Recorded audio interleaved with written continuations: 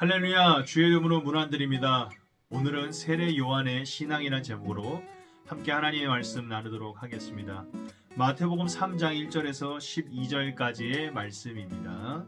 그때 세례 요한이 이르러 유대 광야에서 전파하여 말하되 회개하라 천국이 가까이 왔느니라 하였으니 그는 선지자 이사야를 통하여 말씀하신지라. 일러스되 광야에 외치는 자의 소리가 있어 이르되 너희는 주의 길을 준비하라 그가 오실 길을 곧게 하라 하였느니라.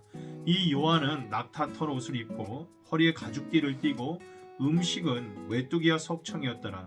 이때 예루살렘과 온 유대와 요단강 사방에서 다 그에게 나와 자기들의 죄를 자복하고 요단강에서 그에게 세례를 받더니 요한이 많은 바리새인들과 사두개인들이 세례 베푸는 대로 오는 것을 보고 이르되 독사의 자식들아 누가 너희를 가르쳐 임박한 진노를 피하게 하더냐.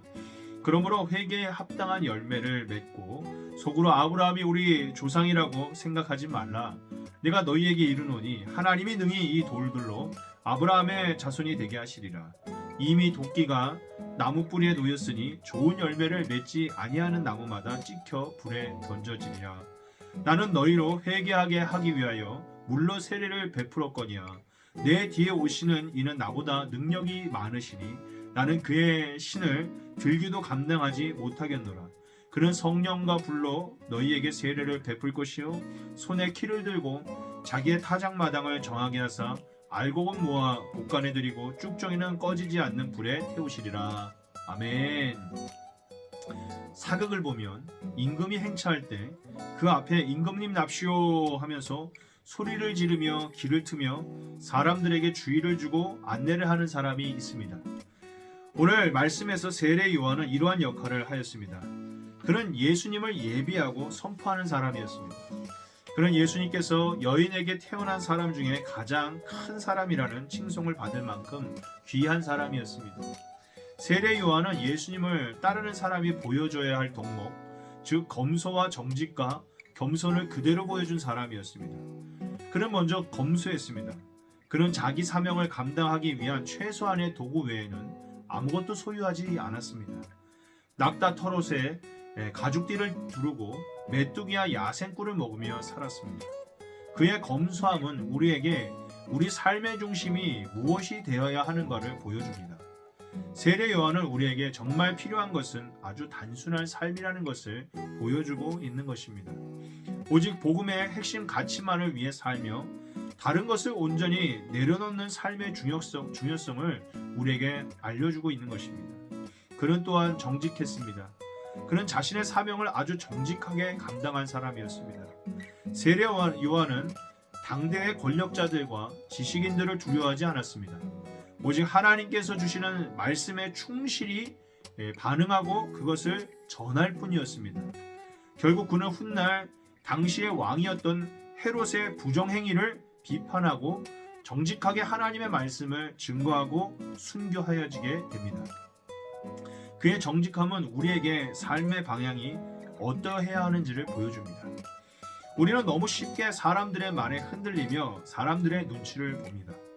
그리고 그러는 사이에 하나님께서 정말 우리에게 주시는 감동과 원하는 삶이 무엇인지를 어떻게 살아야 하는지를 잊어버리고 우왕좌왕하고 또는 인간적인 모습으로 또는 내가 원하는 모습으로 그냥 살아갈 때가 참 많이 있습니다. 우리가 세상과 사람의 눈치를 보는 삶은 결국 다른 이들이 바라고 원하는 꼭두각시의 삶을 살게 될 확률이 높습니다. 정직하다는 것은 바르고 곱게 오직 하나님의 시선을 의식하며 하나님의 뜻에 따라서 말하고 듣고 보고 순종하는 삶을 살아가는 것입니다. 그래서 우리는 깨어서 하나님의 뜻을 알기 위해 늘 기도하고 말씀을 연구하고 고민해야 합니다. 그리고 깨달은 하나님의 뜻이 있다면 그에 따라 순종하며 살도록 세례 요한처럼 정직하게 몸부림치며 살아야겠습니다. 다음으로 세례 요한은 겸손한 사람이었습니다. 그는 충분한 명성을 얻고 인정을 받았습니다. 수많은 이들이 그의 이야기에 귀를 기울였고 세례 요한의 말을 듣고 싶어서 사람들이 몰려들었습니다. 그러나 그는 자신의 자리를 정확히 알고 있었습니다. 그리고 그 겸손의 자리를 끝까지 지켜냈습니다. 요한은 오직 예수님만을 드러내는 그러한 복된 삶을 살았습니다. 그는 자신이 예수님의 신을 들기에도 부족한 사람이라고 공개적으로 선언했습니다. 그는 자신이 우상화되는 것을 끝까지 거부한 사람입니다. 그의 겸손은 우리가 궁극적으로 가야 할 길이 무엇인지를 보여줍니다. 죄의 근본은 스스로 하나님처럼 되리라는 교만함에서 시작됩니다. 거꾸로 예수님이 가르쳐 주시는 의의 길은 무엇입니까? 곧 십자가의 낮아짐에서 드러나는 겸손함이야말로 예수님의 의를 드러내는 삶인 것입니다.